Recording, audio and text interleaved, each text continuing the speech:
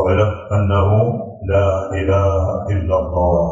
ലാ ഇലാഹ ഇല്ലല്ലാഹ് എന്നതിന്റെ ഒരു വ്യാഖ്യാനമാണ് പരിശുദ്ധമായ ആയത്തുൽ കുർസി എന്ന് പറയുന്നത്. അപ്പോൾ അലിഫും ലാമും ഹാവും ഇതാണ് അല്ലാഹ് എന്ന പേരിലും ലാ ഇലാഹ ഇല്ലല്ലാഹ് എന്ന ആ കലിമത്തിലും ഉള്ളതല്ല.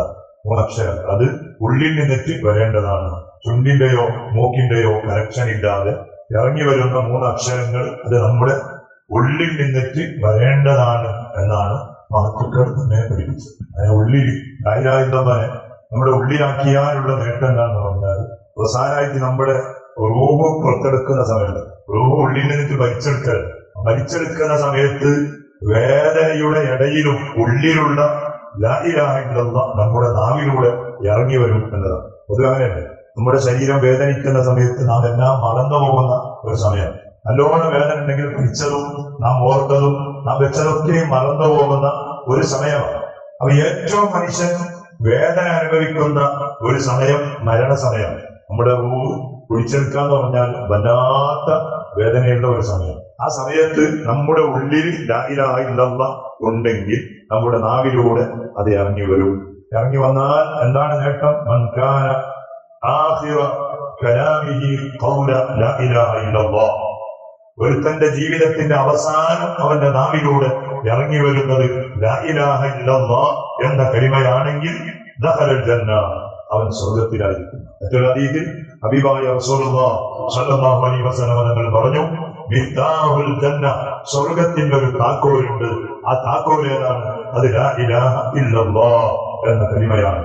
അപ്പൊ ആ താക്കോലാണ് അവസാനമായി നമ്മുടെ നാവിലൂടെ നാം കൊണ്ടുവരുന്നതെങ്കിൽ സ്വർഗത്തിലേക്കുള്ള നമ്മുടെ പയനം വളരെ എളുപ്പമായിരിക്കും. അല്ലാഹു നമുക്ക് തൗഫീഖ് ചെയ്യട്ടെ. അതുകൊണ്ടാണ് സയ്യിദുനാ മുഹമ്മദ് റസൂലുള്ളാഹി സ്വല്ലല്ലാഹു അലൈഹി വസല്ലം തങ്ങൾ നമ്മോട് പറഞ്ഞത്, എല്ലാ നിസ്കാരത്തിന്റെ അവസാനത്തെ അത്തഹിയ്യാത്തിൽ 5 കാര്യങ്ങൾ നിങ്ങൾ അല്ലാഹുവിനോട് കാവലിൽ തേടണം. ആ 5 കാര്യങ്ങളിൽ ഒരു വിഷയമാണ് വമിൻ ഫിത്നത്തിൽ മഹ്യാ വൽ മമാത്. വമിൻ ഫിത്നത്തിൽ മഹ്യാ വൽ മമാത്, മരണസമയത്തുണ്ടാകുന്ന ഫിത്നകൾ. ആ ഫിത്നയെ തൊട്ട് പടച്ചോനെ നിന്നോട് ഞാൻ കാവലെത്തുകയാണ്. എത്രയോ ജീവിതത്തിൽ സൽക്കർമ്മങ്ങൾ ചെയ്ത ആളുകൾ പോലും അവസാന സമയത്ത് പിഴച്ചു പോകുന്ന ഒരു സമയമാണ്. കാരണം അങ്ങനെ നമ്മൾ പറഞ്ഞില്ലേ, നമ്മുടെ കൽബിന്റെ ഉള്ളിൽ നാം സൂക്ഷിച്ചു വെച്ച ലാ ഇലാഹ ഇല്ലല്ലാഹ് എന്ന അമൂല്യമായ ഒരു പണ്ടം, സ്വർണം, ആ സ്വർണത്തിനെ കവർന്നെടുക്കാൻ കൂടുതലായി കള്ളന്മാർ ശ്രമിക്കുന്ന സമയമാണ് മരണത്തിന്റെ സമയം. കൂട്ടിയിടും ഇബ്ലീസ് കൂടിനെ കാട്ടിയിടും നേരം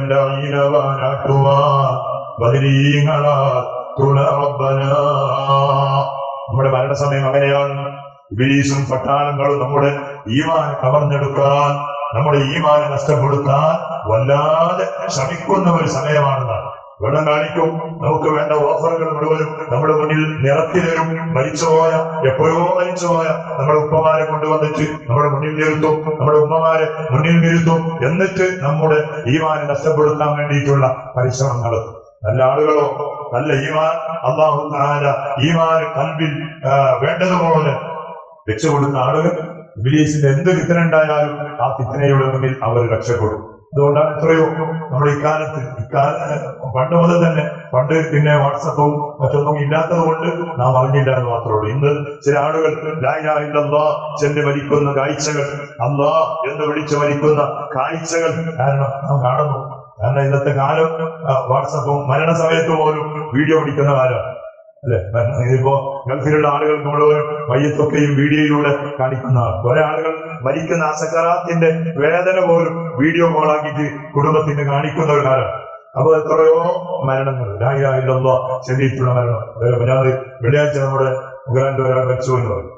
അയാളുടെ മയ്യത്ത് കണ്ടിട്ട് കുറെ ആളുകൾ നല്ല സന്തോഷമാണ്, നല്ല ഒരു ചിരിച്ചിട്ട് കിടക്കുന്ന ഒരു മയ്യത്താണ്.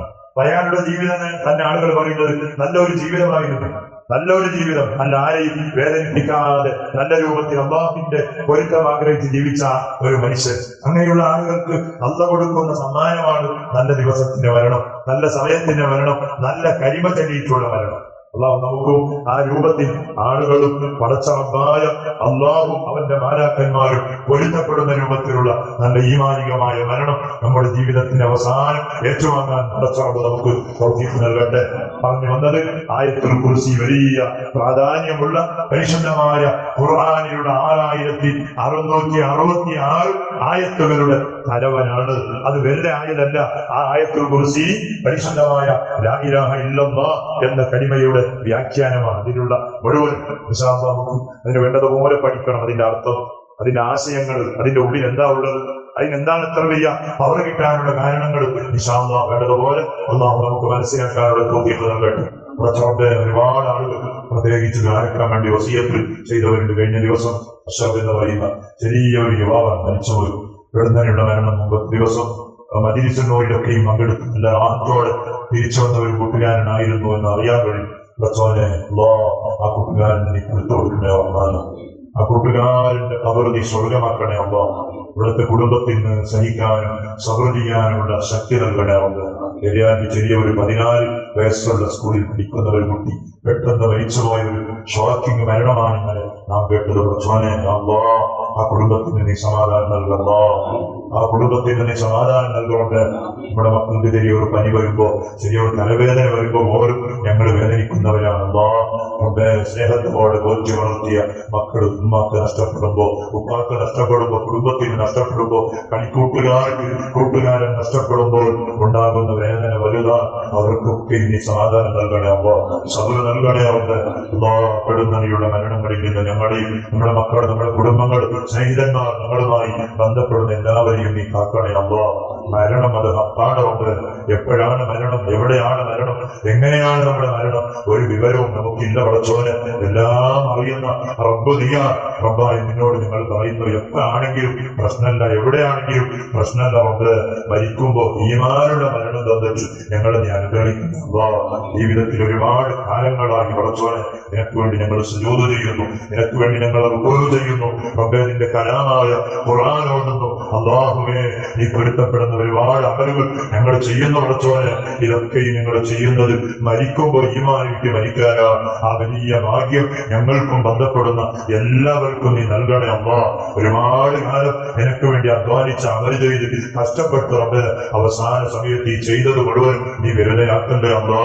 നമ്മുടെ ഈമാൻ നീ ഊരിക്കളയണ്ടേ അല്ലാ. ഈമാനിന്റെ വെളിച്ചം നമ്മുടെ കൽബിൽ നിന്ന് നീ ഊരിക്കളയല്ലേ റബ്ബേ. പടച്ചോനെ എത്രയോ ആളുകൾ പലവിധ രോഗങ്ങളെ കൊണ്ട് പ്രയാസപ്പെടുന്നവരാ, ശിഫാ നൽകണേ അല്ലാ. കടങ്ങളുള്ളവരാ, അത് വീട്ടാനുള്ള വഴികൾ നീ തുറന്നു കൊടുക്കണേ റബ്ബേ.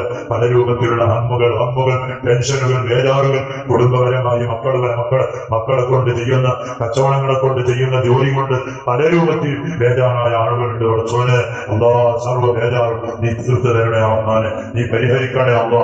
ഗൾഫിലും മറ്റും അധ്വാനിക്കുന്ന നമ്മുടെ കുടുംബങ്ങളും നാട്ടുകാരും സ്നേഹിതന്മാരും എത്രയോ ആളുകളുണ്ട്. പടച്ചോനെ അവർക്കെല്ലാം നീ വലിയ മറക്കത്തും സന്തോഷവും ആഫിയത്തോടുകൂടിയുള്ള ദീർഘായുസ്സം നൽകി അനുഗ്രഹിക്കണേ അല്ലാ. വയനാട്ടിൽ പ്രയാസങ്ങൾ അനുഭവിക്കുന്ന പാവങ്ങളായ നിന്റെ അടിയാറുകൾ പടച്ചോനെ, അവർക്കൊക്കെയും ഈ സമയത്ത് വേണ്ടത് ഉടമയായ നിന്റെ സഹായമാണല്ലോ, നിന്റെ മദതാണല്ലോ, നിന്റെ ഹിഫുദാണുണ്ട്. ആ പാവങ്ങളായ നിന്റെ അടിമകൾ നീ ഏറ്റെടുക്കണേ റബ്ബ്. നഷ്ടപ്പെട്ടു പോയ സന്തോഷം അവർക്ക് നീ തിരിച്ചു കൊടുക്കണേ അമ്മ. നിനക്ക് കഴിയും റബ്ബ്, നീ രാജാവാണ് പടച്ചോനെ, അവരെ നീ സഹായിക്കണേ അമ്മ. അവരിൽ നിന്ന് മരിച്ചുപോയ ആളുകൾക്ക് ശുഹദാഇന്റെ ദറജ നൽകണേ റബ്ബ്. അവരിൽ എത്രയോ ആളുകൾ പല രൂപത്തിലുള്ള പരിക്ക് സംഭവിച്ചു ഹോസ്പിറ്റലുകളിലും മറ്റും കിടക്കുന്നവരാ. ജീവിതത്തിലേക്ക് അവരെ നീ ആരോഗ്യത്തോടെ തിരിച്ചു കൊണ്ടുവരണേ അമ്മ. റബ്ബേ നമ്മുടെ ദുആക്ക് നീ ഇജാബത്ത് താ അമ്മ. ബിഹഖി സയ്യിദിനാ മുഹമ്മദിൻ സല്ലല്ലാഹു അലൈഹി വസല്ലം. ഹസ്ബുനല്ലാഹു വനിഅമൽ വകീൽ. നിഅമൽ മൗലാ വനിഅമൻ നസീർ. ഹസ്ബുനല്ലാഹു വനിഅമൽ വകീൽ. നിഅമൽ മൗലാ വനിഅമൻ നസീർ. ഹസ്ബുനല്ലാഹു വനിഅമൽ വകീൽ. نعم المولى ونعم النصير. صلى الله على محمد صلى الله عليه وسلم. على محمد صلى الله عليه وسلم. صلى الله على محمد صلى الله عليه وسلم. صلى الله على محمد صلى الله